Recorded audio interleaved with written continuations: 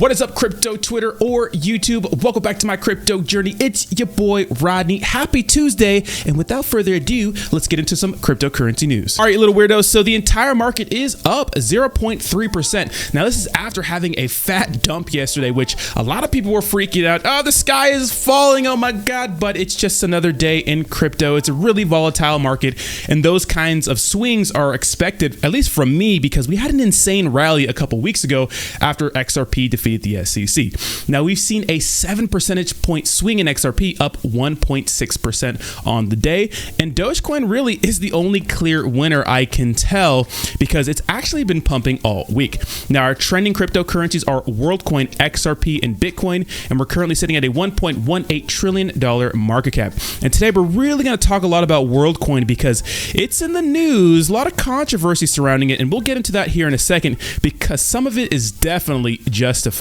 Now, the IMF, or International Monetary Fund, calls out crypto, pretty much saying crypto needs policies to protect economies and investors. And they say it's important not to grant crypto official currency as legal tender status. Now, their main reasoning behind this is they need to establish effective policies because of all the collapses and failures of some major cryptocurrency exchanges like FTX. Now, I do agree when it comes to, some sort of clear, comprehensive regulation for exchanges and insurances, really, because at the end of the day, if your cryptocurrency is stuck on an exchange and they go under, you are not going to get 100% return on whatever you had in there. You're probably going to get 30 cents on the dollar to whatever you had in that failed cryptocurrency exchange.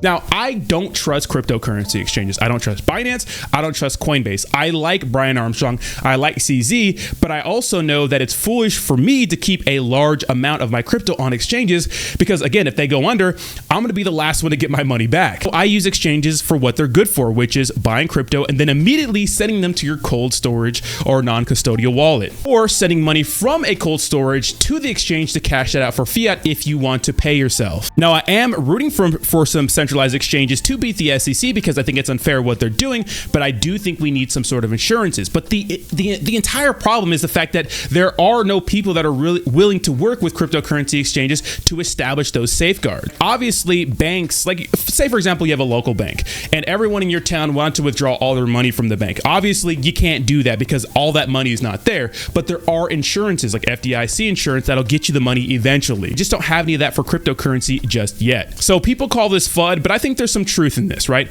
And when it comes to legal tender, I mean, really, what can be legal tender? Maybe stable coins, Bitcoin, Dogecoin, stores of value, but other cryptocurrencies, in my opinion, are similar to like shares in a company, like stocks, like Ethereum, Cardano, and those sorts of things. Not the same, but very similar. Now, obviously, one of the biggest pieces of social media news is the fact that Twitter changed their brand to X. I mean, what the heck am I supposed to call a tweet now? X? That's weird. I don't want to talk about my X when I'm doing work. It's weird. So why the name change? Well, Elon Musk has bigger and grander plans for this social media platform. So Musk confirmed that in order to push the boundaries for payment integration, the old identification needs to be dismissed. The billionaires plan to make X a comprehensive communication platform that also can conduct robust financial transactions. So Twitter, the old days of Twitter where you're just tweeting out your thoughts or posting your thoughts is going to be a little different. Now, I like the way Twitter is going. I know a lot of people don't like changes, and I think these are just some growing pains because as a content creator, I mean, I usually just post on YouTube, but what I've noticed is that I get way more views on and engagement on Twitter. And I don't know if that's because it's just crypto. I don't know if the algorithm's different,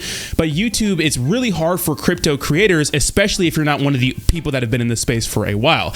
Really, when it comes to content, like consumption, it's really, really top heavy. And although I do believe that has to do something with the quality of content because our content isn't on the level of a Cryptos R Us or Altcoin Daily or a BitBoy Crypto, I do believe that it's easier for smaller content creators to get noticed over on Twitter. And I mean, look at these payouts. Some people are making $25K a month. The payments are a little kind of, they're not all even. We have people that have like 230,000 followers who made 2,000. And we had a person who had 1.7 million followers that made 9,000. And then the payments are all a little weird, but I do believe that a lot of these big Twitter accounts are botted. Like, I'm not going to call it, Altcoin Daily, for example. I don't think it's botted, but the guy has like 1 million followers. It could be a little botted. And Mario, what is it, Narfall, whatever the hell his name is, I definitely think his is botted. But you can see that when they post something, they get a couple hundred likes for having a million followers. And that's crazy, right? Because some of my posts get about 50 likes or maybe sometimes even 100 likes, and I have like 30K followers.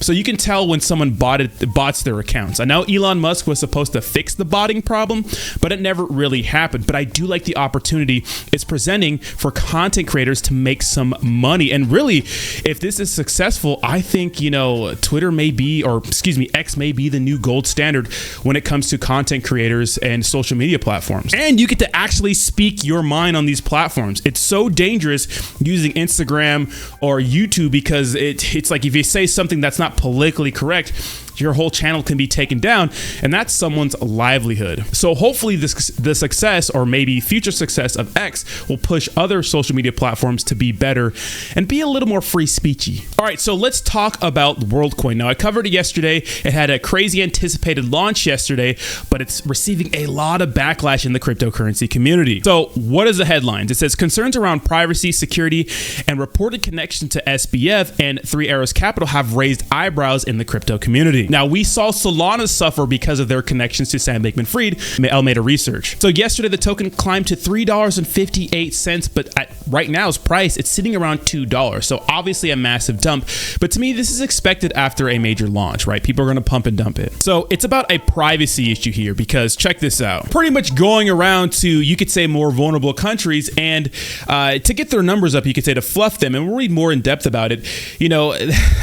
They're using an orb to identify individuals and prove they are human by scanning their irises, which seems kind of creepy, totalitarian, and futuristic, but they say it's for a good cause. And of course, once they're verified, they will receive these WLD tokens. And I don't know if you guys have been in cryptocurrency long enough to understand this, but a lot of people will, and I've seen this a lot with shitcoins, big shitcoin products, they will kind of exploit maybe poorer countries to do whatever their hidden agenda requires them to do. So obviously, Vitalik Buterin, obviously the co-founder of Ethereum, expressed his concerns yesterday about the possible abuses of the system, including issues around privacy, centralization, and security. Remember, they're supposed to have a secure network where they have all these people's data, but we've seen a lot of databases get hacked. So about 30% of its orb verified users are in each of Asia and Africa, raising concerns about exploitation. They're being accused of exploiting people in developing countries, and they're being accused of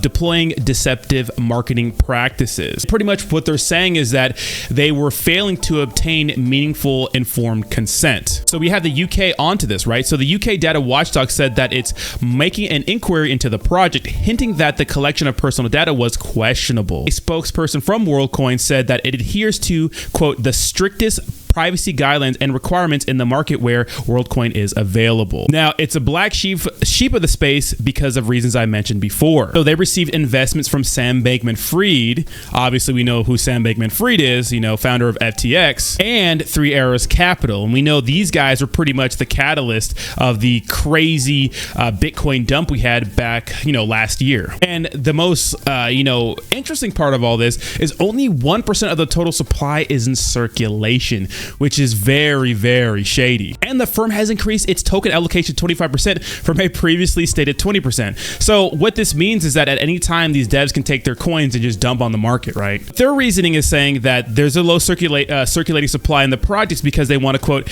create a network of as many human beings as possible. And to achieve this, the majority of the WL token supply will be given to new and existing users over the years to come, which does make sense because remember, you get tokens for getting your retina scanned. So obviously, there's a lot of controversy surrounding this cryptocurrency project, but I do think there's money to be made. I don't know if it doesn't matter if it's good or bad publicity. I know sometimes bad publicity will sink a cryptocurrency, but I've seen shitcoins with shady business practices that do well.